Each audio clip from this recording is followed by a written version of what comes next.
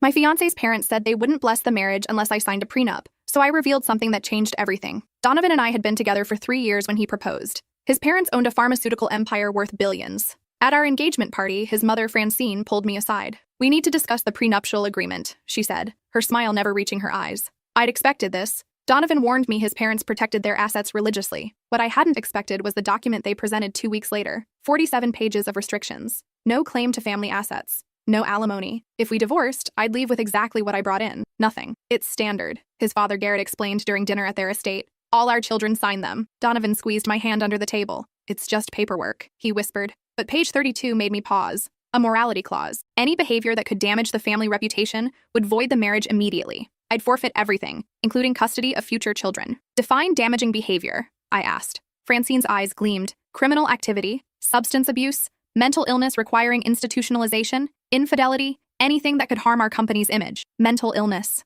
The words echoed in my head. For 3 days, I said nothing. Donovan grew increasingly frustrated. "Just sign it," he pleaded. That's when I made my decision. At Sunday dinner, with his entire family present, parents, his sister Celeste, brother Quentin, I placed a manila folder on the table. "Before I sign anything, there's something you should know." Garrett's jaw tightened. "If this is some negotiation tactic, it's not." I opened the folder. "These are my medical records from Riverside Psychiatric Hospital." The room went silent. I'd been admitted at 14 after my first psychotic break, bipolar disorder with schizoaffective features, 3 involuntary holds before I turned 18. The medications that kept me stable cost $3,000 a month. Donovan stared at the papers, color draining from his face. "You never told me. You never asked about my teenage years. I just said they were difficult." Francine's voice was ice. "This is exactly why we have the morality clause." "I know," I said calmly. "That's why I'm telling you now." I pulled out more document. "I've been stable for 8 years.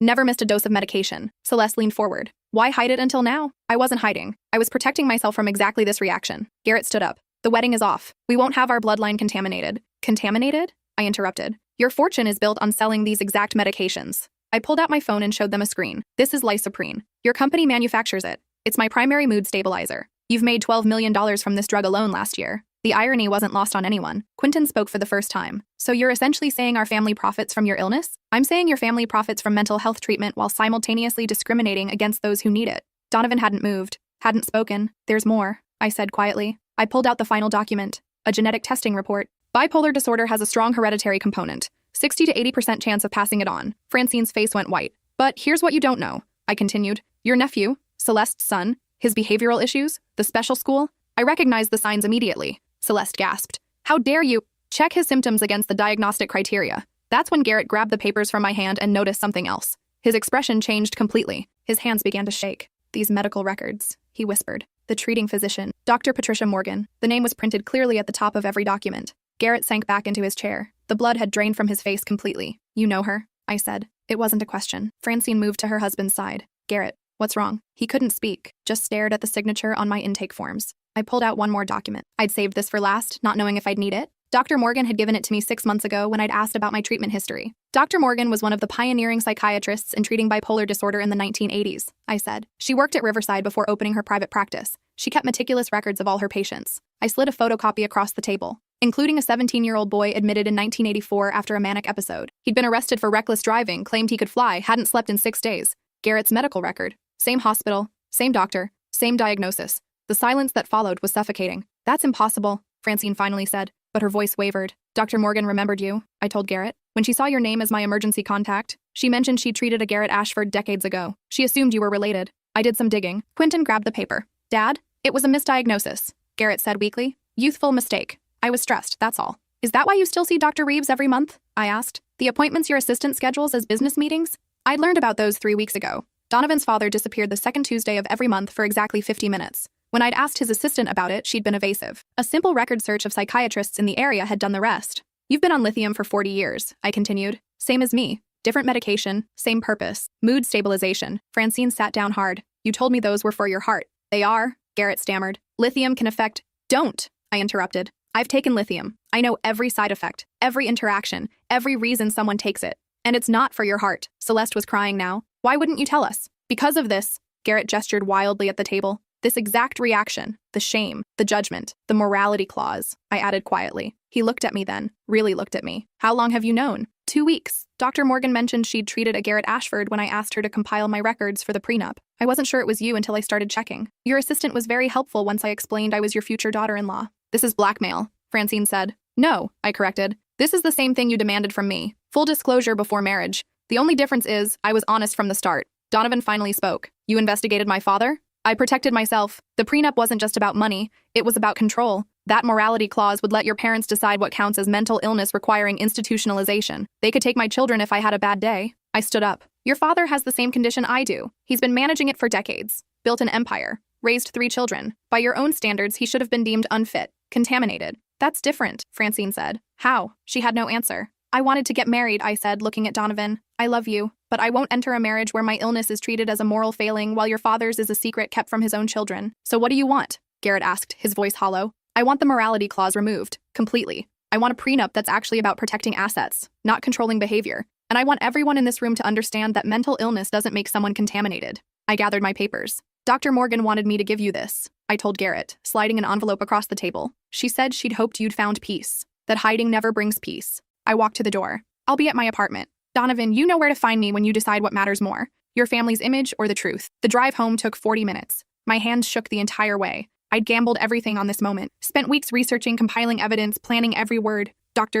Morgan had been hesitant at first about revealing Garrett's treatment, but ultimately agreed that medical privacy mattered less than protecting me from a discriminatory contract. Back at my apartment, I made tea and waited. 3 hours passed, then 5. At midnight, my phone finally rang. It's me, Donovan said. I waited. Can I come over? That depends on what you want to say. Silence on the other end. I didn't know about my dad, he finally said. None of us did. Mom is... She's in shock. Celeste won't stop crying. Quentin left 2 hours ago. Said he needed to think. And you? I'm angry you didn't tell me what you were planning. Would you have let me go through with it? More silence. No, he admitted. I would have tried to talk you out of it. Said there had to be another way. There wasn't. Your parents weren't negotiating. They were dictating terms. I just showed them how hypocritical those terms were. By humiliating my father in front of his family. By telling the truth. Something your father should have done himself. I heard him exhale. He's devastated. Locked himself in his study. Won't talk to anyone. He's had 40 years to tell you. He chose not to. Maybe he had his reasons. The same reasons he wanted to use against me. Shame, fear, control. Donovan didn't respond. I'm sorry you found out this way, I said, but I'm not sorry I did it. That prenup would have destroyed me. Every mood swing, every bad day, every difficult moment would have been ammunition to take away my rights. My children, my life. I wouldn't have let that happen. You couldn't have stopped it. The prenup gave them that power. I heard a car door close on his end. I'm outside, he said. I looked through the window. His BMW was parked on the street. Are you going to let me in? I buzzed him up. When I opened the door, Donovan looked exhausted. His usually perfect hair was disheveled. His tie was loosened. He'd been crying. My whole life is a lie, he said, walking past me into the apartment. Your father's diagnosis doesn't change who he is. It changes everything. Every lecture about responsibility. Every demand for perfection. Every time he said we had to uphold the family name. Donovan collapsed onto my couch. He's a hypocrite. He's human and scared. You're defending him? I'm understanding him. I know what it's like to hide your diagnosis because you're terrified of how people will react. Donovan rubbed his face. Celeste is having her son evaluated tomorrow. She's been ignoring the signs for 2 years because she didn't want to admit something was wrong. Now she's terrified she passed it on to him. If she did, early intervention helps. I wish I'd gotten proper treatment sooner. Is that why you never told me? The question I'd been dreading. I told you my teenage years were difficult, that I'd struggled with my mental health. You never asked for details. That's not the same as telling me you'd been hospitalized. Multiple times. Would you have proposed if I had? He opened his mouth, then closed it. That was answer enough. I wanted to tell you, I said quietly. So many times. But every time your family talked about weakness or failure or maintaining image, I knew how they'd react. How you might react. I'm not my parents. No, but you're their son. You've absorbed their values whether you realize it or not. Donovan stood up, pacing. So what now? You've blown up my family. Exposed my father's secret. What's your endgame? I don't have one. I just wanted to marry the man I love without signing away my humanity. The prenup was designed to give your parents leverage over me forever. You know it. I know it. Everyone at that table knew it. He stopped pacing. My mother wants to sue you for violating medical privacy laws. Dr. Morgan disclosed her own patient records with permission from her former patient. Your father. He signed the release 3 days ago. Donovan's eyes widened. What? I called him Tuesday. Told him what I'd found. Asked him to meet me. The meeting had been tense. Garrett had arrived at the coffee shop looking like he'd aged 10 years overnight. You can't tell them, he'd said immediately. Then change the prenup. It's not that simple. It's exactly that simple. Remove the morality clause. Make it about assets, not control. Or I tell everyone at Sunday dinner. That's blackmail. That's protection. The same thing you're doing with that prenup. We'd sat in silence for 10 minutes. I was 17, he'd finally said. Arrested for reckless driving after staying awake for a week. I thought I'd discovered the secret to unlimited energy. That I could revolutionize the world. Manic episode. They diagnosed me with bipolar disorder. Put me on medication. My father was furious. Said I was weak. That Ashfords don't have mental problems. But you stayed on medication. After I stopped taking it and ended up in the hospital again, yes. Dr. Morgan convinced me that managing the condition was strength, not weakness. So why hide it from your children? Because my father was right about one thing. People judge. Investors. Business partners. Everyone. If it got out that I had bipolar disorder, everything I built could crumble. Or people would see you as someone who succeeded despite challenges. Someone who managed their health while building an empire. He'd laughed bitterly. You're idealistic. I'm realistic. Your company makes medications for mental illness. The irony of the CEO hiding his own diagnosis isn't lost on me, which is exactly why I can't let it be public knowledge. I'd slid the medical privacy release across the table. Sign this.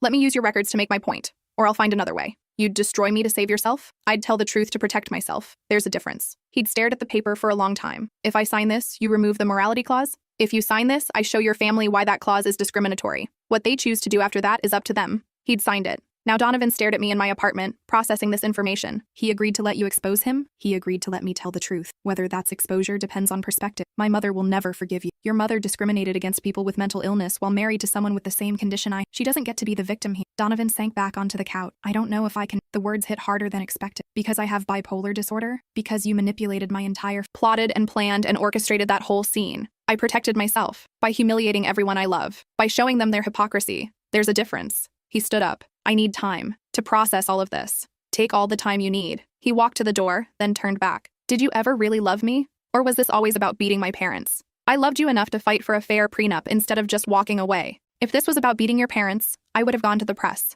would have destroyed your father's reputation publicly. Instead, I kept it in the family, gave everyone a chance to do the right thing, by threatening my father, by giving him a choice, something your prenup never gave me. He left without another word. I spent the next week alone. No calls, no texts. Nothing from Donovan or his family. My phone did ring once. Dr. Morgan, how are you holding up? She asked. I might have just destroyed my engagement. Or you might have saved yourself from an abusive marriage. The Ashfords aren't abusive. Control masquerading as protection is still control. That morality clause was designed to keep you compliant through fear. That's emotional abuse. I hadn't thought of it that way. Garrett called me, she continued. He's angry I broke confidentiality. You didn't. He signed the release. Under duress, he claims. Under the same duress he wanted to put me under. Interesting how it feels different when you're on the receiving end. Dr. Morgan laughed. I told him the same thing. He didn't appreciate it. Is he still your patient? No. He fired me. Said I violated his trust. I'm sorry. Don't be. I violated his privacy to protect yours. I'd do it again. After we hung up, I stared at my phone. The wedding was supposed to be in 6 weeks. The venue was booked. The dress was altered. 300 people had RSVP'd. I called my best friend Zara. Tell me you're not actually going through with this wedding, she said immediately. I don't know. Donovan won't talk to me. Good. He's trash. He's hurt. He's complicit. His parents tried to trap you in a discriminatory contract and he went along with it because it's just paperwork. He doesn't deserve you. He didn't know about his father, which proves my point. That family keeps secrets, builds walls, controls narratives. You don't want to marry into that, but I did want to marry Donovan, despite everything. 2 weeks before the wedding, a courier delivered a package. Inside was a new prenup, 23 pages. The morality clause was gone. In its place was a simple asset protection agreement. What I brought into the marriage stayed mine. What he brought stayed his. Anything we built together would be split fairly if we divorced. There was a note. I understand why you did what you did. I don't agree with how you did it, but I also can't deny that our family needed to hear the truth. The wedding is still scheduled if you still want to marry me. If not, I understand.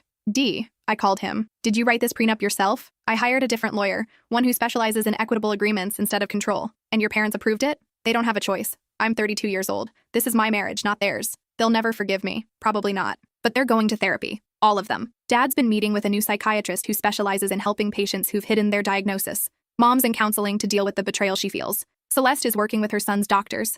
And Quentin? He moved out. Said he needed space from everyone. I'm sorry. Don't be. We needed this. The explosion. The truth. Everything was built on secrets and control. That's not sustainable. So, you want to get married? I want to marry you. I don't know if I can trust you completely, but I want to try. It wasn't a fairy tale declaration, but it was honest. I want to try too. The wedding was small. We'd canceled the original venue and rebooked a garden ceremony with 30 people instead of 300. Garrett and Francine attended but sat in the back. Celeste brought her son, now officially diagnosed with ADHD and starting treatment. Quentin sent a card but didn't come. My own family filled the front rows. My mother cried. My younger brother gave me away. When Donovan and I exchanged vows, his hands shook. I promise to love you in sickness and in health, he said, his voice cracking, and I promise to mean it. At the reception, Garrett pulled me aside. I want to show you something. He handed me his phone. On the screen was a press release draft. Ashford Pharmaceuticals is launching a new initiative, Mental Health Transparency in Corporate Leadership. I'm going to publicly disclose my diagnosis.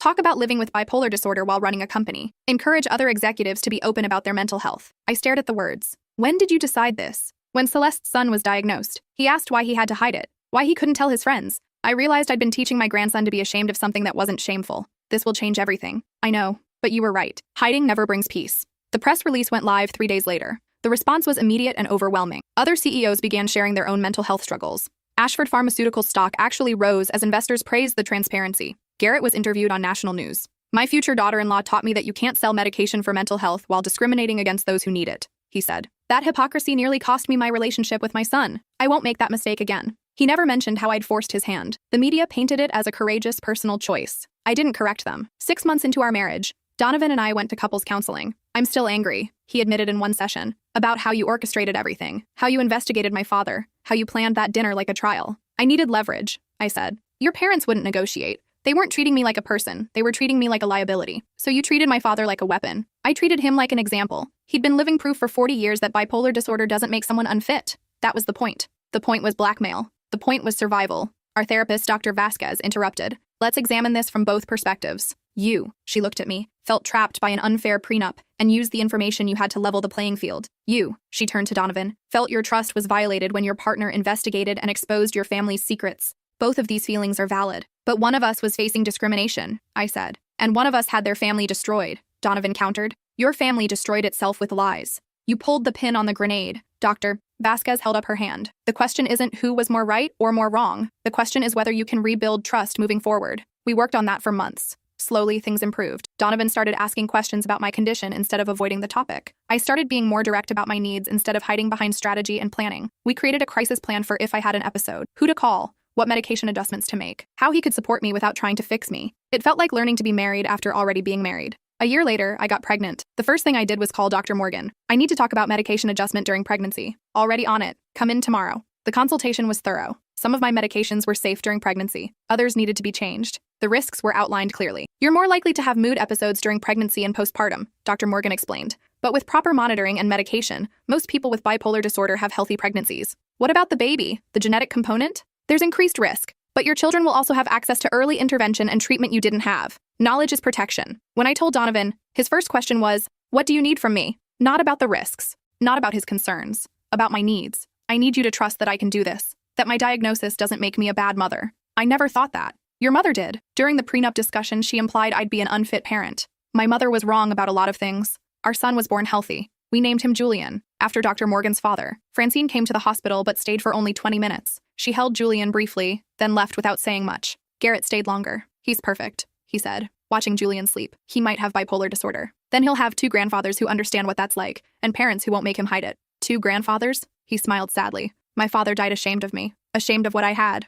I won't do that to Julian or to you." It was the closest he'd ever come to an apology. Postpartum was difficult. My mood swings intensified. Dr. Morgan adjusted my medications 3 times in 4 months. Donovan took family leave, learned to recognize the warning signs of an episode before I did. One night, at 3 a.m., I found him sitting with Julian in the nursery. "I'm terrified," he admitted, "that I'll do what my father did. Hide things, build walls, teach him shame. Then don't. What if I can't help it? What if it's genetic, like bipolar disorder? Then you go to therapy and work on it, just like I manage my condition." He looked up at me. "I love you. I'm still angry sometimes about how everything happened, but I love you. I love you too, even when you're angry. It wasn't perfect, but it was real." When Julian was 2, Celeste asked to meet for coffee. "I owe you an apology," she said. "For?" "The way I reacted at that dinner. What I said about you hiding your diagnosis. My son's been in treatment for 2 years now, and it's changed his life. If we'd caught it sooner, because we'd been more aware, more accepting, you were protecting him the only way you knew how. I was protecting myself from the truth, just like Dad did." She pulled out her phone and showed me a photo. "He made the honor roll this semester. He's thriving, and he knows about his diagnosis. Knows it's nothing to be ashamed of. That's because you're teaching him better than you were taught. You did that. By refusing to accept our family's toxic patterns. By forcing us to confront the truth. I didn't do it to fix your family. I know, you did it to protect yourself, but it fixed us anyway." Quentin came back for Julian's 3rd birthday. "I'm sorry I left," he told me while Julian destroyed his cake. "I was overwhelmed. Angry at Dad for lying. Angry at Mom for being so rigid. Angry at you for blowing everything up. And now I'm in therapy, working through it, realizing our family needed the explosion." Donovan said the same thing, because it's true. We were all pretending everything was fine while Dad secretly medicated himself and Mom controlled everything. That's not sustainable. "Is that why you're studying psychology?" He'd enrolled in a counseling program 6 months ago. "I want to help other families stuck in the same patterns. The secrets, the shame, all of it. Your father would be proud. Maybe. We don't talk much yet. Give it time." 3 years into our marriage, I received a call from a journalist. "I'm writing an article about mental health stigma in corporate America. Your father-in-law's story is a key part of it. I'd love to include your perspective. How did you get my number?" "Garrett gave it to me. Said you were instrumental in his decision to go public with his diagnosis." I almost laughed. "Is that what he said?" He said you showed him that hiding was hurting his family more than honesty ever could. That was one way to describe it. I'll have to think about it. He mentioned you might be hesitant. He wanted me to tell you something. What? He said to tell you that the truth always costs something, but the cost of hiding is always higher. I thought about it for a week. Then I agreed to the interview. The journalist, Priya, was thorough. Walk me through what happened, she said. How did you convince one of the most private CEOs in the pharmaceutical industry to publicly disclose his bipolar disorder? I didn't convince him. I showed him he was already living proof that the stigma was wrong. Can you elaborate? I told her about the prenup, the morality clause, the dinner where I'd revealed everything. She took notes furiously. So, you essentially used his own diagnosis against him to make a point about discrimination? I used his own diagnosis to show him that what he was demanding from me was something he'd never demanded from himself. Accountability. Some people would call that manipulation. Some people would call that self-defense. The article ran the following month. The headline, How One Woman's Disclosure Changed Mental Health Transparency in Corporate America. It was fair, showed both sides, included Garrett's perspective, Donovan's, and mine.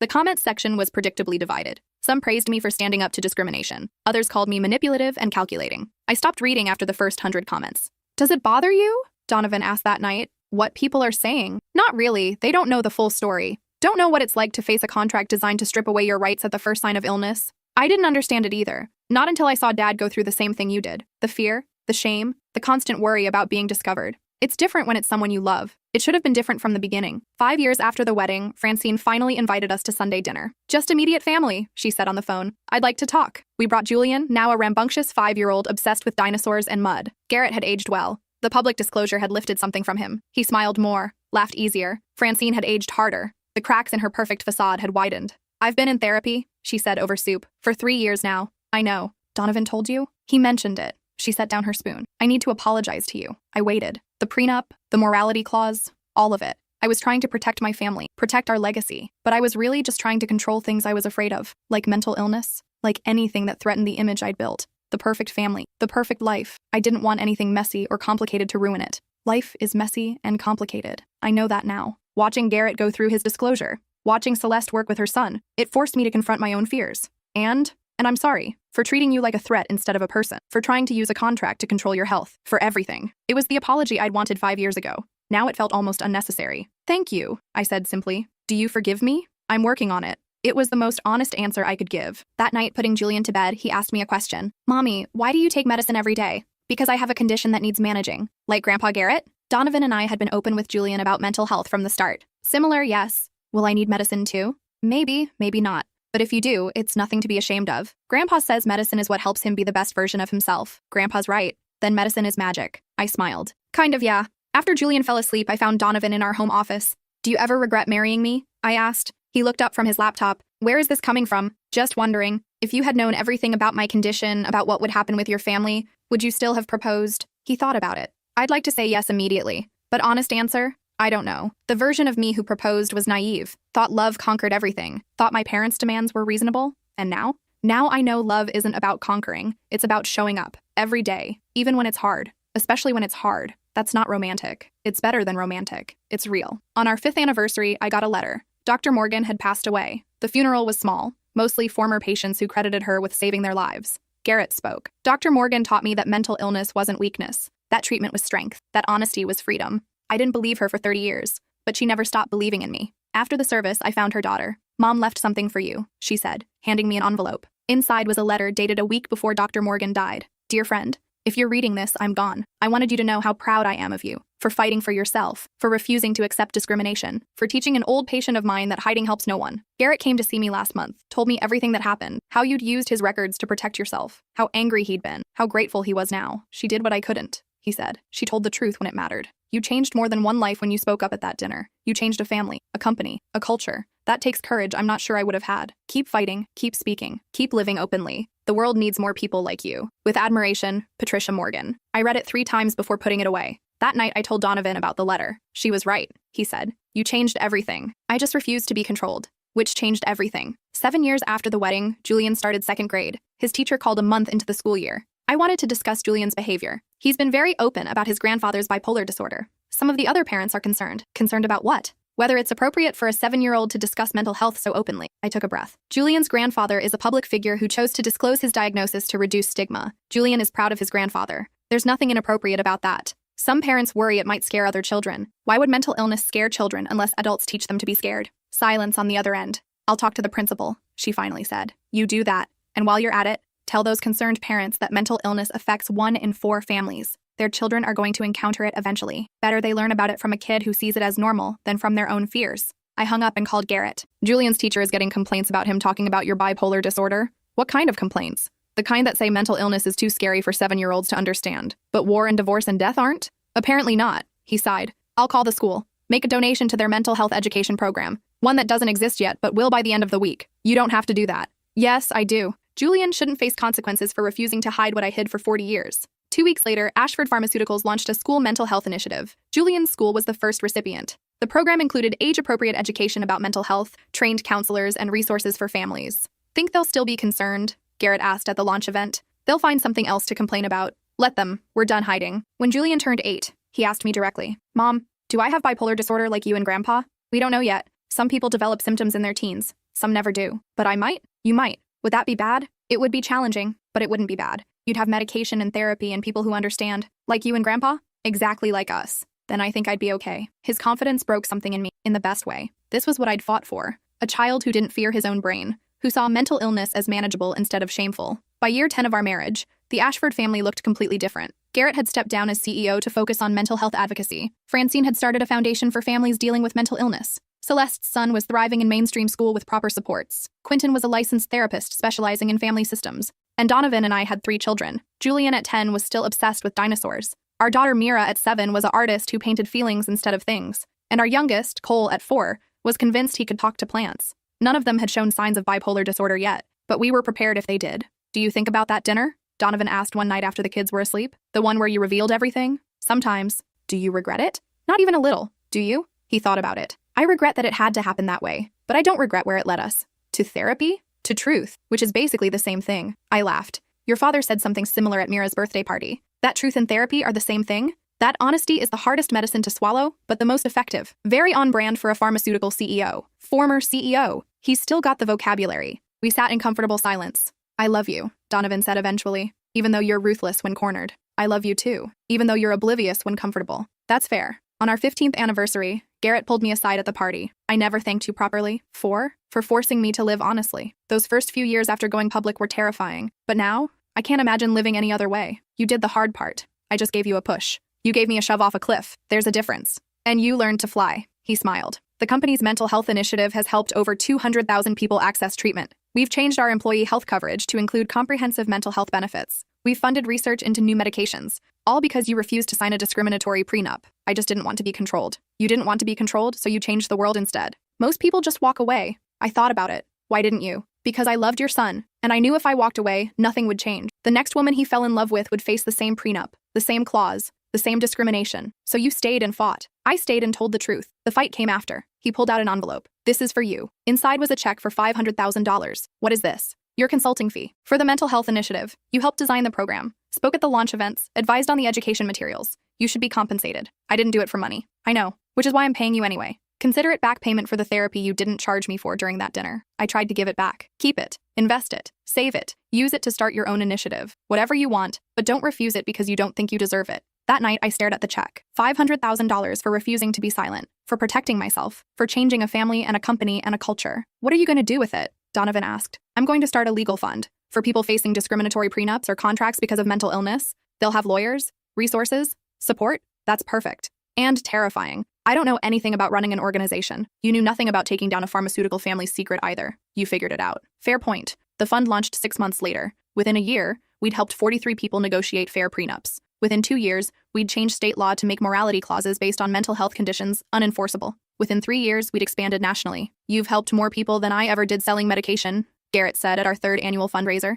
I had a good teacher in standing up to corporate power. I wasn't the teacher in that scenario. No, but you learned the lesson well. He raised his glass. To telling the truth, even when it costs everything. To telling the truth because hiding costs more. 20 years after that Sunday dinner, I was invited to speak at a conference on mental health and discrimination. The room was packed with lawyers, advocates, medical professionals. I told the story of the prenup, the morality clause, the dinner where everything changed. I was terrified, I admitted to the audience. Terrified of losing the man I loved. Terrified of exposing myself. Terrified of what would happen when I revealed everything. But I was more terrified of signing away my humanity, of agreeing that my illness made me less deserving of protection, of teaching my future children that mental health conditions were something to hide. So I gathered my evidence, planned my disclosure. and told the truth at the worst possible moment. Some people call that manipulation. I call it survival. Because when you're facing a contract designed to control you through fear, you have two choices: sign it and lose yourself, or fight it and risk everything. I risked everything, and I gained more than I ever imagined. The standing ovation lasted 5 minutes. Afterward, a young woman approached me. My fiancé's family wants me to sign a similar prenup,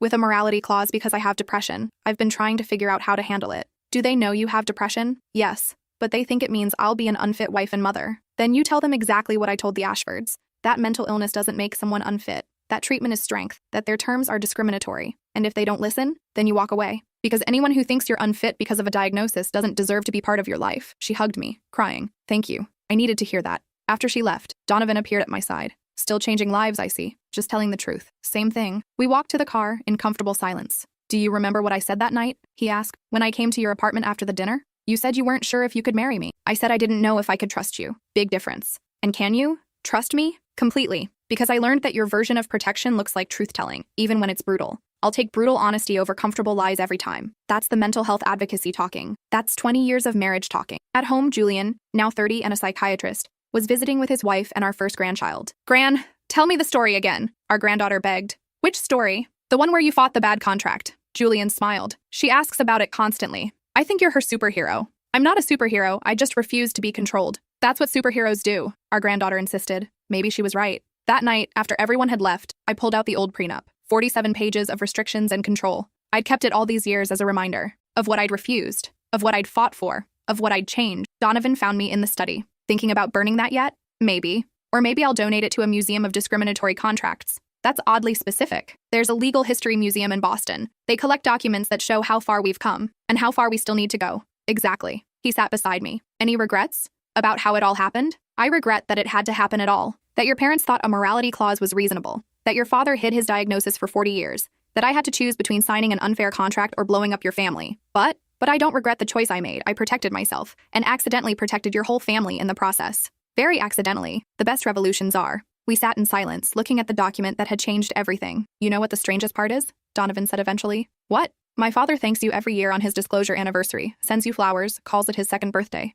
Because he's dramatic. Because it's true. He started living honestly that day. Everything good that came after. The advocacy, the changed company culture, the relationship with his grandkids. It all started with you refusing to sign that prenup. It started with me refusing to hide. Same thing. Maybe it was. 25 years after the dinner, Garrett passed away. His obituary mentioned his mental health advocacy before his pharmaceutical work. Garrett Ashford, champion of mental health transparency, dies at 84. At the funeral, hundreds of people shared stories. Stories of how his disclosure had given them courage, how his advocacy had changed their lives, how his honesty had saved them. Dad talked about that dinner until the end, Quentin said during his eulogy. The night his future daughter-in-law exposed his 40-year secret. He said it was the worst night of his life and the beginning of his real life at the same time. Celeste added, he told me once that he'd spent 4 decades being afraid of discovery, that the fear of exposure was worse than any actual consequences. That honesty had freed him from a prison of his own making. After the funeral, Francine pulled me aside. I need to tell you something. What? I was wrong. About everything. The prenup. The morality clause. The way I treated you. All of it. I know. Do you forgive me? I'd been asked that question before.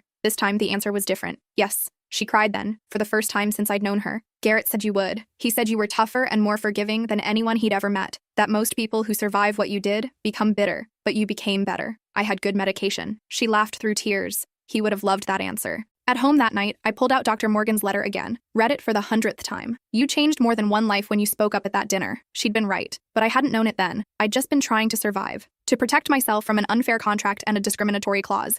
Everything else, the family transformation, the company changes, the advocacy work, the legal reform, had been unintended consequences. The best kind. What are you thinking about? Donovan asked, finding me in the study again. Your father, Dr. Morgan, that dinner, all of it. Heavy thoughts for midnight. Just remembering how scared I was. How close I came to signing that prenup just to keep the peace. What stopped you? I thought about spending the rest of my life looking over my shoulder, wondering if every bad day would be used against me, if every medication adjustment would be seen as proof I was unfit. I couldn't do it, so you fought instead. So I told the truth instead. The fighting came after. He pulled me close. I'm glad you did. All of it. Even the parts I didn't understand at the time. Even the manipulation. Even the strategic truth-telling, which is what we're calling it now. I smiled. Very diplomatic. I've had 25 years of practice. Our youngest, Cole, called from Portland. Mom, I need to tell you something. My heart stopped. What's wrong? Nothing's wrong. I've been seeing a therapist. We think I might have bipolar disorder. We're starting evaluation next week. I exhaled. Okay, that's okay. Do you need me to come out there? No, I just wanted to tell you, and to say thank you. For what?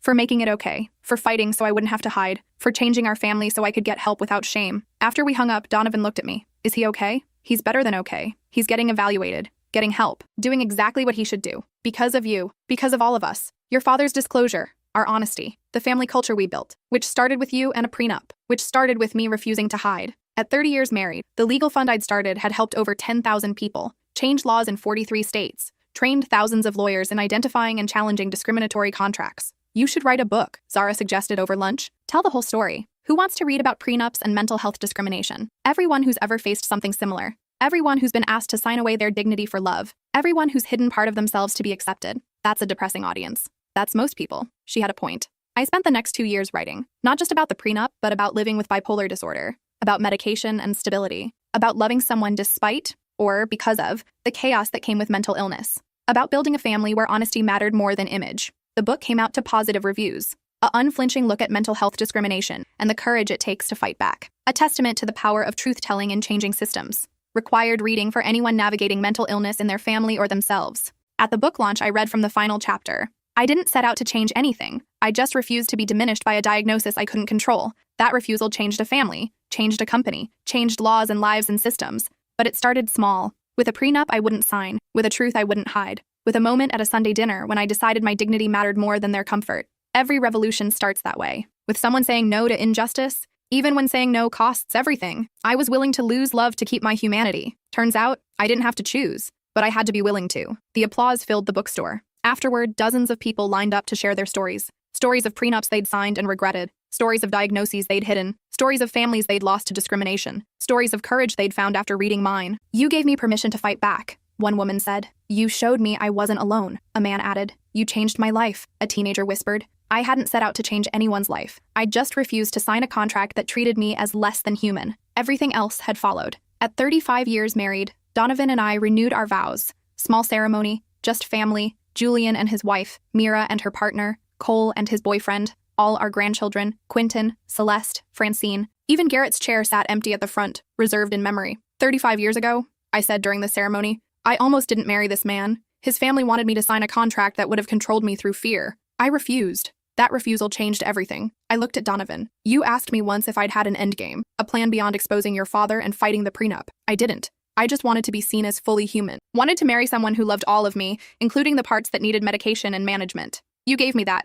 Eventually, after a lot of therapy and honest conversations and painful growth, but you gave me that. So I'm saying yes again. To you, to us, to this messy, complicated, beautiful life we've built. Donovan's vows were simpler. I promise to keep choosing honesty over comfort. To keep believing you when you tell me what you need. To keep learning and growing and showing up, especially when it's hard. I promise to keep being married to you for as long as you'll have me. Which is forever, I whispered. Which is forever, he agreed. That night, I added one final entry to the journal I'd kept since that Sunday dinner 35 years ago. Today, I married Donovan again, chose him again, chose this life again. I've spent 35 years living openly with bipolar disorder, raising children who might inherit it, building a family where mental illness isn't shameful, fighting for others who face the same discrimination I did. It started with refusing to hide. It became a life, a good one, the best one. And it all started with a prenup I wouldn't sign and a truth I wouldn't silence. Sometimes the bravest thing you can do is refuse to be smaller than you are. Sometimes that refusal changes everything. Mine did.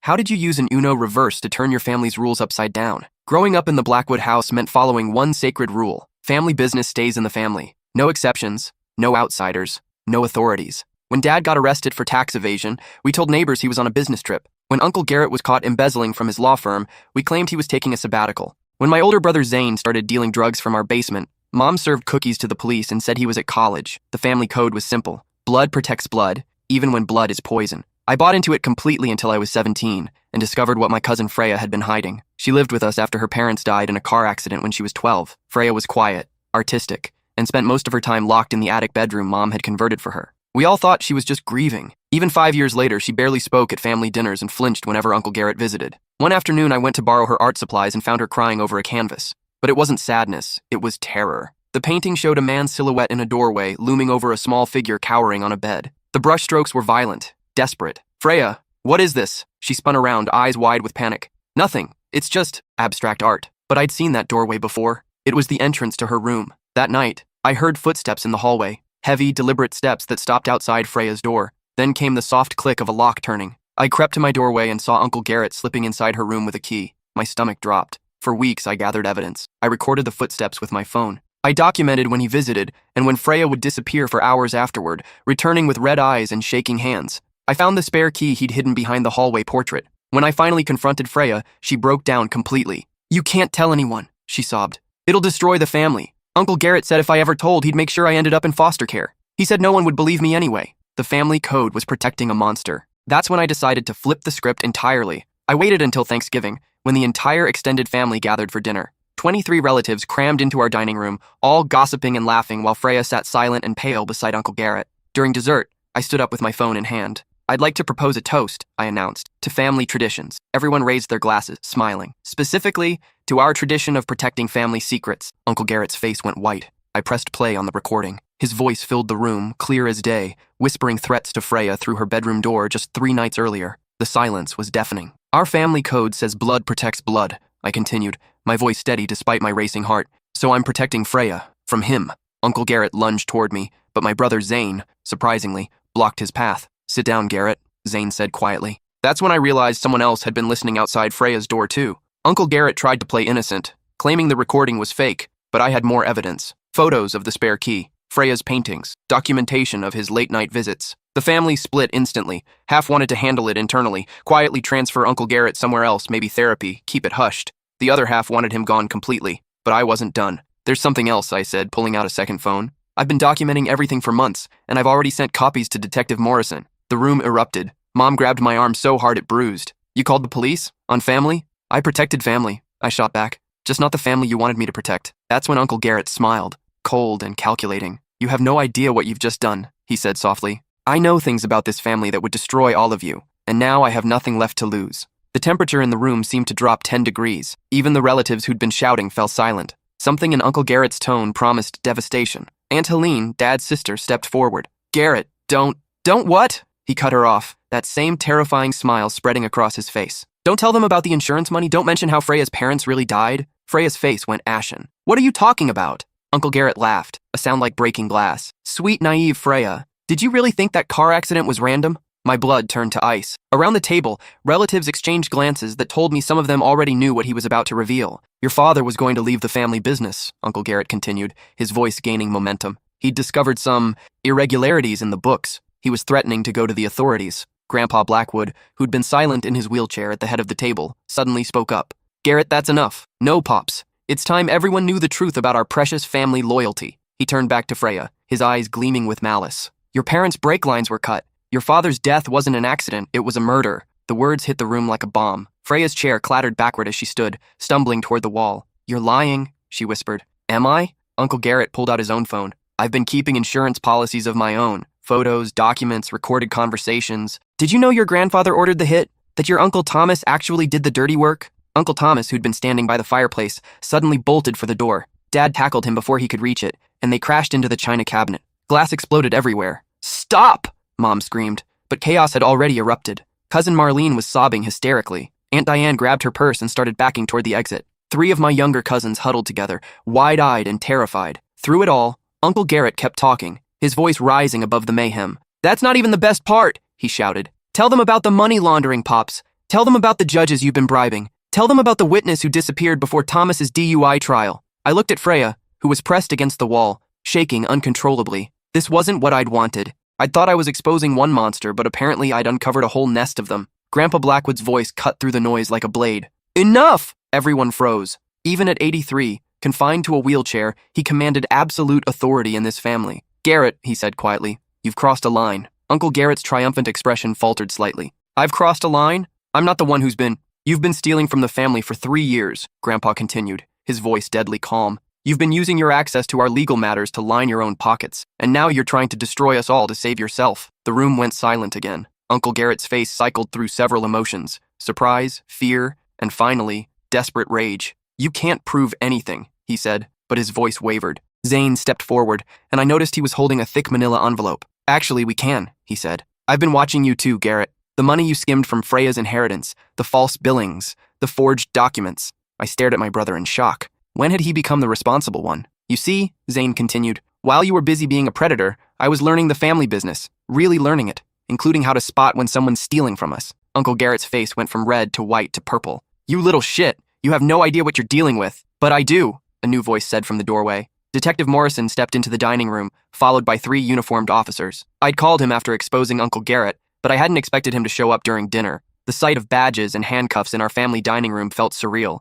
Garrett Blackwood, Detective Morrison said, you're under arrest for the sexual assault of a minor. As they cuffed Uncle Garrett, he twisted around to face me, his eyes burning with hatred. This isn't over, he snarled. You think you're protecting her? You've just painted a target on both your backs. There are things about this family you still don't know, and people who won't let those secrets die with me. The officers dragged him away, but his words echoed in my mind long after the front door slammed shut. The aftermath was immediate and devastating. Half the relatives left that night and never came back. Aunt Helene moved to Oregon the next week. Cousin Marlene's family cut all contact, afraid they'd be implicated in whatever Uncle Garrett might reveal during his trial. The ones who stayed split into 2 camps, those who blamed me for destroying the family, and those who finally understood that the family had been rotten long before I'd exposed it. But the worst part was watching Freya. Learning that her parents' death wasn't an accident broke something inside her that I wasn't sure could be fixed. She stopped eating, stopped sleeping, stopped painting. The vibrant, artistic girl who'd hidden her trauma behind creativity became a ghost drifting through our house. 3 days after Thanksgiving, I found her in the bathroom with a bottle of Mom's sleeping pills. I can't do this anymore, she whispered when I took the pills away.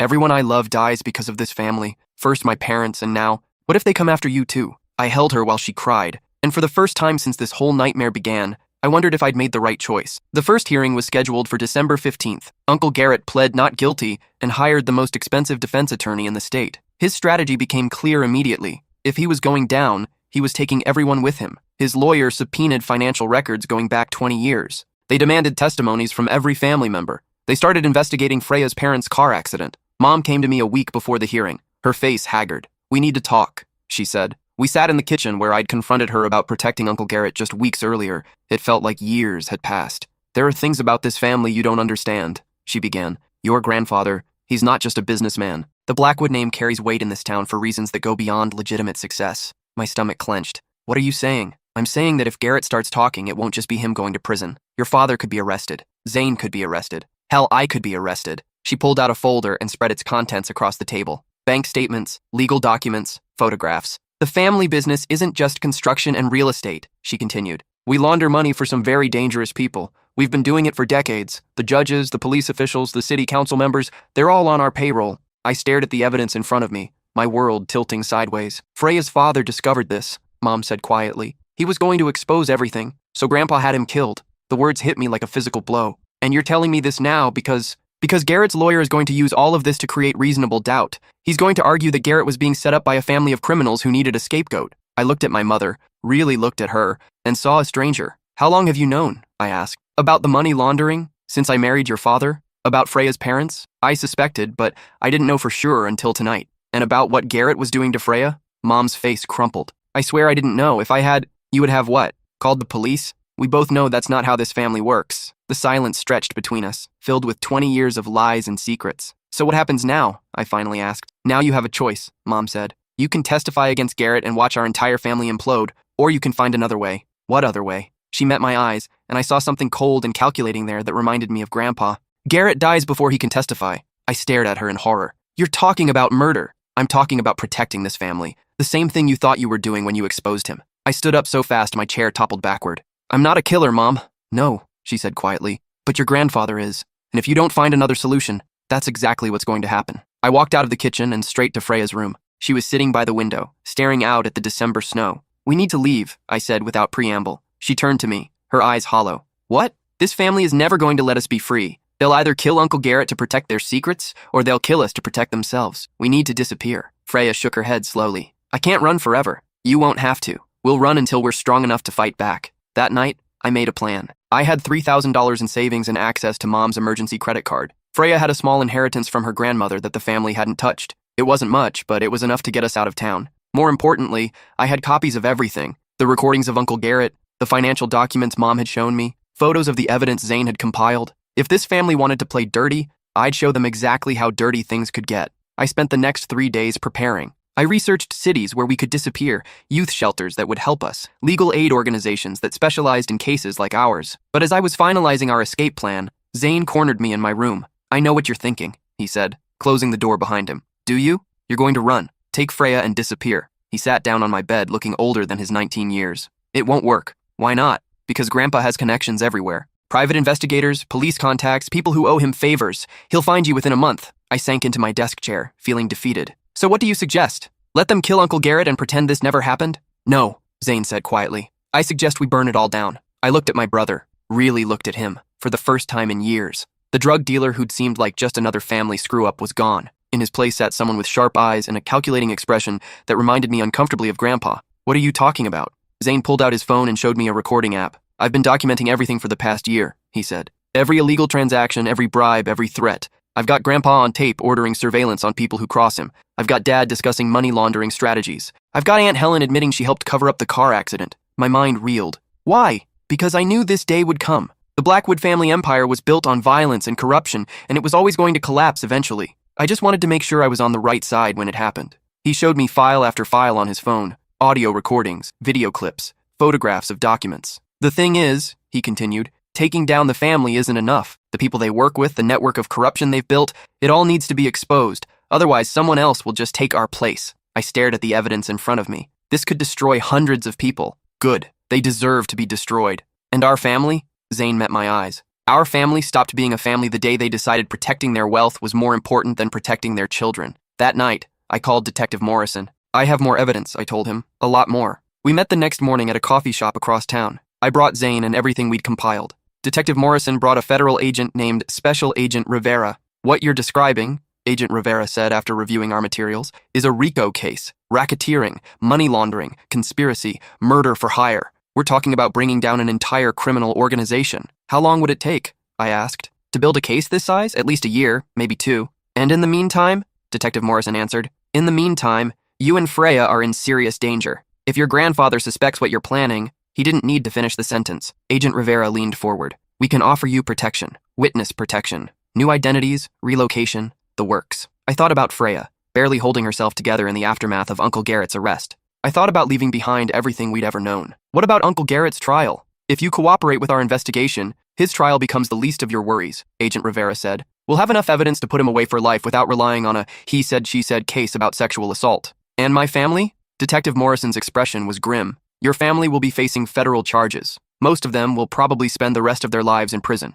I closed my eyes, thinking about Mom making Christmas cookies, Dad teaching me to drive, Grandpa telling stories about the old days. All of it had been built on lies and blood money. Okay, I said finally. Let's do it. The next 18 months were the strangest of my life. Freya and I were relocated to a small town in Montana while the federal investigation proceeded. We lived in a safe house under assumed names, with regular check-ins from our handlers and strict rules about who we could contact. Freya started therapy with a counselor who specialized in trauma recovery. Slowly, gradually, she began to heal. She started painting again. Not the violent, desperate canvases of her abuse, but softer pieces that spoke of hope and resilience. I finished high school through a GED program and started taking community college classes. For the first time in my life, I could imagine a future that didn't revolve around family loyalty and keeping secrets. But the hardest part was the isolation. We couldn't contact friends, couldn't use social media, couldn't even call our relatives to let them know we were alive. As far as the world knew, Freya and I had simply vanished after Uncle Garrett's arrest. The updates from Agent Rivera came sporadically. Arrests had been made. Grand juries had been convened. The investigation was proceeding, but slowly. Then, one day in June, she called with different news. Garrett's dead, she said without preamble. My stomach dropped. How? Suicide in his cell, according to the medical examiner, but the timing is suspicious. Uncle Garrett had been scheduled to cooperate with the federal investigation in exchange for a reduced sentence. His death meant losing a key witness and potentially derailing months of work. Was it really suicide? I asked. Agent Rivera was quiet for a long moment. Let's just say your grandfather has a very long reach. That night, I sat with Freya on the porch of our safe house, watching the Montana sunset paint the mountains gold and purple. It's never going to be over, is it? She asked quietly. I wanted to reassure her, to promise that justice would prevail and we'd eventually be safe. But Uncle Garrett's death had shattered my faith in the system's ability to protect us. Maybe not, I admitted. But we're not the same people we were 18 months ago. She turned to look at me. What do you mean? I mean, we're not victims anymore. We know the truth about our family, about what they're capable of, and we have evidence that could destroy them. But the federal case is about justice for everyone they've hurt over the years. But this is personal. Freya studied my face in the fading light. What are you thinking? I pulled out my phone and showed her the contacts list. Over the past year, I'd been quietly reaching out to other victims of the Blackwood family network. People who'd been cheated, threatened, or worse. I'm thinking it's time to stop hiding, I said. Uncle Garrett was just one piece of this. But there are other pieces. Other people who deserve to be exposed. That sounds dangerous. Everything we've done has been dangerous. The difference is, now we're choosing the danger instead of having it chosen for us. The federal investigation culminated 8 months later with a series of coordinated arrests across 3 states. Grandpa Blackwood, my father, and 12 other family members were charged with racketeering, money laundering, conspiracy to commit murder, and a dozen other felonies. But by then, Freya and I were already implementing our own plan. Using the evidence we'd compiled and the contacts I'd made, we'd built a network of whistleblowers, journalists, and activists dedicated to exposing corruption in small-town America. We called it the Blackwood Project, named after the family that had taught us how deep corruption could run. Our first major success came when we helped expose a city council in Ohio that had been taking bribes for construction contracts. 3 officials resigned in disgrace, and the mayor was arrested. The second was a police department in Nevada, where officers had been covering up domestic violence cases in exchange for political support. 7 cops lost their badges, and the chief was charged with obstruction of justice. Each victory felt like a small piece of justice for what our family had done to us and to countless others.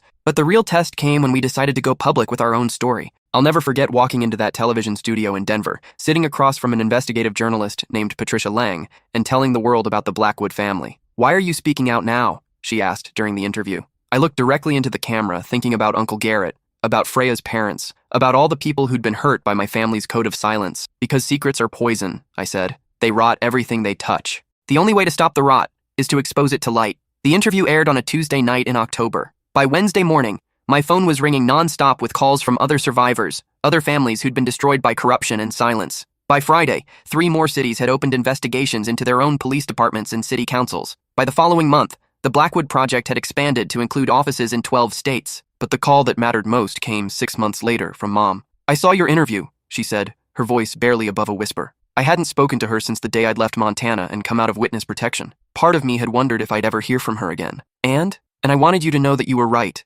About all of it." She was calling from a payphone outside the federal prison where she was serving her sentence. She'd pled guilty to money laundering and received 8 years. "Your father wanted to fight the charges," she continued. "He said the family would find a way to beat this, just like we always had. But I couldn't do it anymore. I couldn't keep pretending that what we'd done was okay." "What changed your mind?" "You did. Seeing you choose to protect Freya over protecting the family. It made me realize how long it had been since I'd chosen to protect anyone." We talked for an hour. She told me about her life in prison, about the other women she'd met who'd made similar choices to protect their family's secrets. She asked about Freya, about our work with the Blackwood Project. "I'm proud of you," she said before hanging up. "I know I don't have the right to say that anymore, but I wanted you to know." After she hung up, I sat in my office, a real office, with my name on the door and a view of the mountains, and thought about the reverse that had started it all. I thought I was just protecting one person from one monster. I'd had no idea that I was actually dismantling an entire system of abuse that had been generations in the making. The family code that had defined my childhood, blood protects blood, had been built on the assumption that family was worth protecting regardless of what they'd done. But I'd learned something different. Family isn't about blood, it's about choice. It's about the people you'd risk everything to protect, and the people who'd risk everything to protect you. Freya walked into my office as I was finishing up some paperwork. She'd just returned from testifying in a case in California, where our evidence had helped expose a city council's embezzlement scheme. "How did it go?" I asked. 3 convictions, she said with satisfaction. "And 2 more cities have reached out asking for our help." She sat down across from my desk, and I marveled at the transformation. The terrified, broken girl who'd been painting her trauma in our attic bedroom had become a fierce advocate for other survivors. "I've been thinking about something," she said. "What's that?" Uncle Garrett was right about one thing. I did have no idea what I was doing when I called the police that night. I looked up from my paperwork. "And now?" She smiled, the first genuine smile I'd seen from her in years. "Now I know exactly what I'm doing, and I'm just getting started." 5 years later, the Blackwood Project had helped expose corruption in over 200 communities across the United States. We'd assisted in dozens of prosecutions, supported hundreds of whistleblowers, and helped pass legislation making it easier for victims to come forward. But the work that mattered most to me was personal. Freya had started a foundation providing therapy and legal support to children who'd been abused by family members. She'd testified before Congress about the need for better protection for victims of familial abuse. And me? I'd found my calling in investigative journalism, specializing in exposing the kind of small-town corruption that had defined my childhood. The Blackwood family name, which had once opened doors and commanded respect, had become synonymous with everything that was wrong with unchecked power. Grandpa died in federal prison 3 years into his sentence. Dad was still serving his time, with a release date that wouldn't come until I was in my 30s. Most of the extended family had scattered, changing their names and trying to rebuild their lives away from the wreckage. But Zane had surprised everyone. He'd cooperated fully with the federal investigation, serving only 18 months in minimum security prison. When he got out, he'd started a non-profit organization helping formerly incarcerated people find jobs and housing. "I spent my whole life learning how to be a criminal," he told me during one of our monthly phone calls. Figured I should spend the rest of it learning how to be something else. The conversation I'd been dreading came on a cold February morning when Agent Rivera called to tell me that Uncle Thomas, the one who'd actually cut the brake lines on Freya's parents' car, had been found dead in his cell. Another suicide? I asked. This one was real, she said. Left a full confession, detailed description of how your grandfather ordered the hit and how he carried it out. I called Freya immediately. She'd been dreading this moment, the final confirmation that her parents' death hadn't been a random tragedy, but a calculated murder. She was quiet for a long time after I told her. How do you feel? I finally asked. Empty, she said. I thought I'd feel angry or sad or something, but mostly I just feel empty. That's okay too. Is it weird that I'm grateful he killed himself? That I don't have to see him in court or listen to him explain why my parents had to die? No, I said. It's not weird at all. That night we held a memorial service for her parents, just the two of us, in the small garden behind Freya's house, with candles and flowers and the painting she'd made of them before they died. They would have been proud of you, I told her as we watched the candles flicker in the darkness. You think so? I know so. You became exactly the kind of person they wanted you to be, despite everything our family did to try to stop you. She smiled through her tears. We both did. The strangest part of our new life was how normal it had become. We had jobs, friends, relationships, all the things that had seemed impossible during those dark years in the Blackwood house. Freya was dating a social worker named Camden, who understood her trauma and supported her advocacy work. I'd been seeing a fellow journalist named Quinn for 2 years, and we'd started talking about moving in together. Sometimes I'd catch myself waiting for the other shoe to drop, for some hidden Blackwood family connection to emerge and threaten our carefully constructed peace. But as the years passed, those fears faded. The family code that had once controlled every aspect of our lives had been broken, and we'd built something better in its place. The phone call that changed everything came on a Tuesday in March, 6 years after Uncle Garrett's arrest. There's something you need to know, Detective Morrison said without preamble. My blood went cold. What? We've been monitoring communications from some of your grandfather's old associates. There's talk about revenge, about settling old scores. I sat down hard in my office chair. What kind of talk? The kind that suggests someone wants to finish what your family started. Someone who blames you and Freya for destroying their business. Who? We're not sure yet, but we think it's someone with connections to the money laundering operation. Someone who lost a lot when the federal investigation brought everything down. That night, I called Freya. We need to meet, I said. Why? What's wrong? Just meet me at our usual place. And Freya? Be careful. Our usual place was a coffee shop downtown that had good sightlines and multiple exits. Paranoid habits die hard. When I told her about Detective Morrison's call, her face went pale. So it's not over, she said quietly. It might not be. What do we do? I'd been thinking about that question for hours. We have options. We can go back into witness protection. We can increase our security. Or we can do what we've always done. We can fight back. Freya studied my face. What does fighting back look like this time? It looks like using everything we've learned over the past 6 years. It looks like turning our experience into a weapon. The Blackwood Project had given us resources our teenage selves could never have imagined. We had connections in law enforcement, relationships with journalists, a network of people who owed us favors. More importantly, we'd learned how to be proactive instead of reactive. If someone's planning to come after us, I continued, we find them first. The investigation took 3 months. Using our connections and the skills we'd developed, we traced the threats back to a man named Vincent Torelli. He'd been one of Grandpa's business partners, running a construction company that had laundered money for various criminal organizations. When the federal case brought down the Blackwood network, Torelli had lost everything. His company went bankrupt, his son was arrested as part of the conspiracy, and his wife divorced him. He blamed Freya and me for destroying his life. He's been planning this for 2 years, Agent Rivera told us during a briefing, waiting for the heat to die down, gathering resources, making connections. What's his plan? Freya asked. From what we can tell, he wants to make an example of you. Show other potential whistleblowers what happens when you cross the wrong people. The smart thing would have been to let law enforcement handle it, to accept protection and wait for Torelli to make a mistake that would put him in prison. But I was tired of being smart. I was tired of being careful. I was ready to end this once and for all. I want to meet with him, I told Agent Rivera. Absolutely not. He wants revenge against us? Fine. Let's give him a chance to take it. You're talking about using yourself as bait. It's too dangerous. Freya leaned forward. What if it wasn't just bait? What if it was a trap? Agent Rivera looked between us.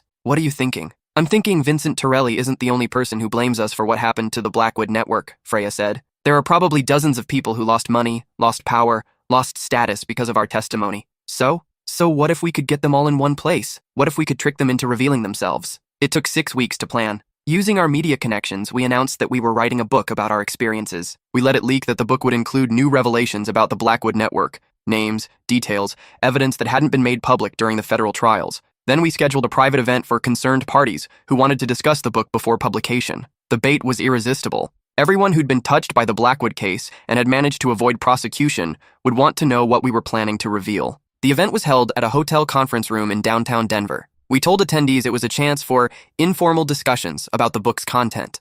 What they didn't know was that every conversation would be recorded, every attendee would be photographed, and federal agents would be monitoring everything from the next room. Vincent Torelli was the first to arrive. He was shorter than I'd expected, with gray hair and the kind of expensive suit that suggested he'd managed to hide some money from the federal seizures. "Ms. Blackwood," he said, extending his hand. "I've been looking forward to meeting you for a long time." The fake smile didn't reach his eyes. "Mr. Torelli, thank you for coming." Over the next hour, 17 other people filtered into the room. Former business partners of my grandfather, city officials who'd taken bribes, lawyers who'd helped cover up crimes. All of them had managed to avoid prosecution during the federal investigation. All of them had scores to settle. I stood at the front of the room, looking out at faces full of barely concealed hatred. "Thank you all for coming," I began. "I know this book project raises concerns for many of you." A man named Richards, who'd been a judge during my grandfather's heyday, spoke up. "Our concern is that you seem determined to destroy the lives of people who've already paid for their mistakes." "Have they?" Freya asked from her position by the door. "Because from where I'm sitting, most of you got away with it." The temperature in the room seemed to drop. Vincent Torelli's hand moved inside his jacket, a movement that I knew was being watched by federal agents through hidden cameras. "Careful, Ms. Blackwood," he said quietly. "You're playing a dangerous game." "Am I?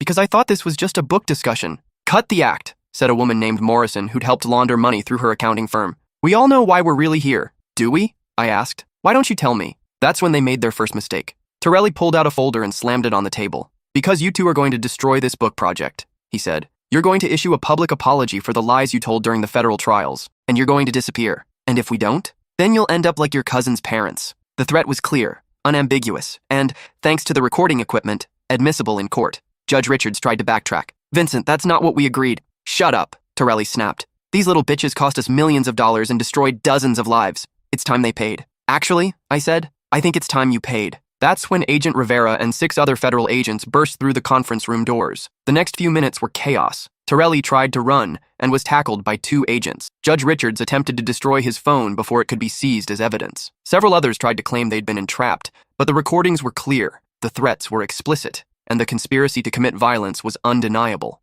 As they led Torelli away in handcuffs, he turned back to me one last time. "This isn't over," he said. "There will always be someone else." "Maybe," I replied. "But there will always be people like us, too." 6 months later, Vincent Torelli was sentenced to 15 years in federal prison for conspiracy to commit murder and racketeering. 8 other attendees received sentences ranging from 3 to 10 years. Judge Richards lost his pension and was disbarred. The accountant Morrison was sentenced to 5 years and ordered to pay restitution to every client she'd helped defraud. But the real victory wasn't the sentences. It was the message. "You showed them something important," Agent Rivera told me after the sentencing hearing. "You showed them that victims don't have to stay victims, that people who speak out don't have to spend their lives looking over their shoulders." She was right. The Blackwood Project had received dozens of new requests for help in the weeks following the arrests. People who'd been afraid to come forward were finally finding their voices. But the moment that meant the most to me came a week later, when Freya and I were having dinner at her house. "I've been thinking about Uncle Garrett," she said suddenly. I looked up from my plate. We rarely talked about him anymore. "What about him?" "About what he said that night. About how I had no idea what I was doing when I called the police." "And?" She smiled. Not the broken smile of our childhood, but something fierce and proud. "He was wrong. I knew exactly what I was doing. I was choosing to protect myself and other people like me, instead of protecting the people who were hurting us. And now I'm still making that same choice. Every day. With every case we take, every person we help, every corrupt system we expose." I raised my glass of wine. "To making the right choice. To making the right choice," she agreed. As we clinked glasses, I thought about the teenage girl who'd stood up at a family dinner 6 years ago with evidence of abuse. I thought I was just protecting my cousin, but I'd actually been starting a revolution. A revolution against the idea that family loyalty meant protecting abusers. Against the notion that keeping secrets was more important than keeping people safe. Against the belief that some people were too powerful to be held accountable. The Blackwood family code had been simple. Blood protects blood, even when blood is poison. Our new code was simpler. Protect the people who need protecting, no matter who they're being protected from. And unlike the old code, this one was built to last. 10 years later, I was standing in front of the Supreme Court building in Washington, D.C., watching Freya walk up the steps to argue a case about mandatory reporting of child abuse. She'd finished law school 3 years earlier and had quickly become one of the most respected advocates in the country for survivors of familial abuse. The case she was arguing would require teachers, doctors, and social workers to report suspected abuse immediately, with criminal penalties for those who chose to look the other way. It was personal for both of us. If mandatory reporting had existed when we were kids, maybe someone would have noticed the signs of what Uncle Garrett was doing. Maybe other children would have been protected. As I watched her disappear into the building, my phone rang. "Congratulations," Detective Morrison said. "I just saw the news about the Blackwood Project winning the National Whistleblower Award. The award was recognition for our work helping expose corruption in over 500 communities across the United States. It came with a cash prize that we'd already decided to donate to organizations supporting child abuse survivors. It feels surreal, I admitted. You've earned it, both of you. Have we? Sometimes I wonder if we're just lucky that Uncle Garrett was stupid enough to make those threats on tape. Detective Morrison was quiet for a moment. Can I tell you something? I've been a cop for 23 years. I've seen a lot of people break under pressure, and I've seen a lot of people find excuses to avoid doing the right thing. And what you and Freya did that night, standing up to your entire family, risking everything to protect someone who couldn't protect herself, that wasn't luck, that was courage. After he hung up, I walked to a nearby coffee shop and called Quinn, who was back home in Denver working on a story about corporate corruption in the oil industry. How's our girl doing? Quinn asked. She's magnificent. She was born for this. And how are you doing? I considered the question. I'm proud and grateful and a little amazed that we made it this far. Any regrets? It was a question I'd been asking myself for 10 years. Did I regret destroying my family? Did I regret the pain we'd caused Mom and Dad and everyone else who'd gotten swept up in the federal investigation? No, I said finally. No regrets. Because the truth was, we hadn't destroyed our family. Our family had destroyed itself generations before we were born. We'd just finally stopped pretending it was something worth preserving. The real family we'd built, Freya and me, our chosen friends and partners, the network of survivors and advocates we worked with, was stronger and healthier than anything the Blackwood name had ever represented. 3 hours later, Freya emerged from the Supreme Court building with a smile that could have lit up the entire city. We won, she said simply. The vote had been 7-2 in favor of mandatory reporting requirements. It would take time to implement, but within 5 years, every state would be required to have laws protecting children from exactly the kind of abuse we'd survived. That night, we celebrated at a restaurant near the Capitol. Freya ordered champagne and toasted to the end of family secrets. You know what the best part is? She said as we walked back to our hotel. What? Uncle Garrett was right about one thing. We really didn't know what we were doing that night. I laughed. And it turned out that not knowing what we were doing was exactly what we needed. If we'd known how hard it would be, how much it would cost, how long it would take, we might never have started. She was right. If 17-year-old me had known that exposing Uncle Garrett would lead to a decade of legal battles, federal investigations, and death threats, I might have chosen silence. But if I'd known it would also lead to this, to laws that would protect other children, to a career helping survivors find their voices, to a life built on truth instead of lies, I would have made the same choice 1,000 times over. So what's next? I asked as we reached the hotel. Freya grinned. I got a call yesterday from a prosecutor in Texas. There's a case involving a family that's been covering up abuse for 3 generations. The local authorities are refusing to investigate because the family has too much political influence. Sounds familiar, doesn't it? They want our help building a case. I felt that familiar surge of energy that came with a new challenge.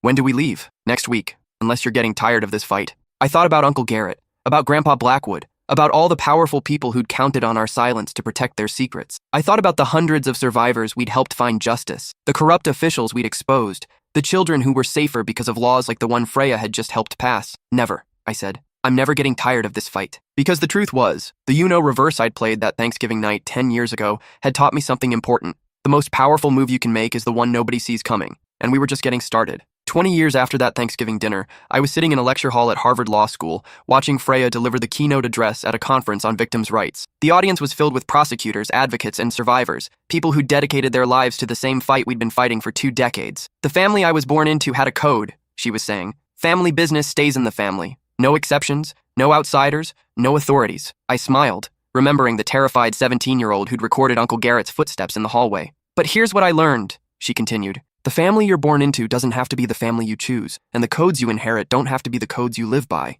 The applause was thunderous. After her speech, we walked across Harvard Yard in the October sunshine. Freya's hair was now streaked with gray, and she walked with a slight limp from an old injury sustained during a confrontation with a corrupt sheriff in Alabama 5 years earlier. But her eyes still held the same fierce determination that had carried us through those dark years in the Blackwood house. Any regrets? I asked, echoing the question Quinn had posed to me a decade earlier. Just one, she said. What's that? I regret that it took me so long to understand that protecting family doesn't mean protecting their secrets. It means protecting their right to be safe and healthy and free. We stopped by a bench overlooking the Charles River. Do you ever wonder what would have happened if we'd never spoken up? She asked. I'd thought about it countless times over the years. If I'd never gathered evidence against Uncle Garrett. If we'd never cooperated with the federal investigation. If we'd chosen family loyalty over justice. Yeah, I said. I think Uncle Garrett would have kept abusing you until you were old enough to escape, or until you didn't survive it. I think Grandpa would have kept expanding his criminal empire until someone else brought him down, and I think we would have spent our entire lives carrying their secrets. And instead, we got to help write new rules. Rules that say children matter more than family reputation. Rules that say victims deserve justice even when their abusers are related to them. Freya nodded slowly. You know what the real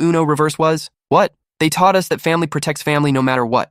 But we learned that real family protection means holding each other accountable. It means saying no more when someone you love is hurting someone else. She was right. The card I'd played that Thanksgiving night hadn't just reversed the immediate situation with Uncle Garrett. It had reversed generations of toxic family dynamics. It had turned victims into advocates, silence into testimony, secrets into evidence. It had turned a family built on lies into a chosen family built on truth. The Blackwood Project now operated in all 50 states, with a staff of over 200 advocates, investigators, and support personnel. We'd helped prosecute thousands of corruption cases and supported tens of thousands of survivors. But more importantly, we'd helped change the conversation about family loyalty, institutional protection, and the responsibility of bystanders to speak up. My phone buzzed with a text message from our newest investigator, a young woman named Iris, who reminded me of myself at 17. New case in Oregon, the message read. 3 generations of abuse covered up by local law enforcement. The family owns half the town. Sound familiar? I showed the message to Freya, who smiled grimly. Some things never change, she said. No, I agreed. But we do. Because that was the real lesson of the Uno reverse. Change is always possible, but it requires someone to be willing to flip the script, to refuse to accept that's just how things are as an answer, to choose protection over loyalty, truth over comfort, justice over family peace. That night, I called my mother. She'd been released from federal prison 8 years earlier and had spent the time since then working at a nonprofit that helped formerly incarcerated women find housing and employment. I saw Freya's speech online, she said. She's incredible. She is. And I saw the news about the Oregon case. You're really going to take that on? We are. Mom was quiet for a moment. You know, I've been thinking about what you said all those years ago, about choosing which family to protect. And I think I finally understand what you meant. You weren't destroying our family that night. You were saving the parts of it that were worth saving. She was right. Freya and I were still family. The kind of family that chose each other every day, that supported each other's growth, that held each other accountable for being better. Zane was still family too. He called every few weeks, updating us on his nonprofit work and asking about our latest cases. Even Mom had become family again, in a different way. Not the mother who'd chosen silence and complicity, but the woman who'd learned to choose differently. I'm proud of you, she said before hanging up. Both of you. I know I lost the right to say that a long time ago, but I wanted you to know. After she hung up, I sat in my hotel room looking out at the lights of Boston and thinking about the 17-year-old who'd stood up at a family dinner with evidence of abuse. She'd thought she was just protecting one person. She'd had no idea she was starting a movement. But maybe that was the point. Maybe the biggest changes start with the smallest acts of courage. Maybe revolution begins with a single person deciding that enough is enough. The Uno reverse that had started it all had been simple. Instead of protecting the family from the truth, I'd protected the truth from the family. Everything else had followed from that one decision. And 20 years later, we were still reversing the deck, still changing the rules, still refusing to accept that some secrets are too dangerous to tell. Because we'd learned that the most dangerous secret of all is the belief that family loyalty means protecting abusers. The real family loyalty means protecting the innocent, even when, especially when, the threat comes from within. That was our code now. That was our revolution. And it was just getting started.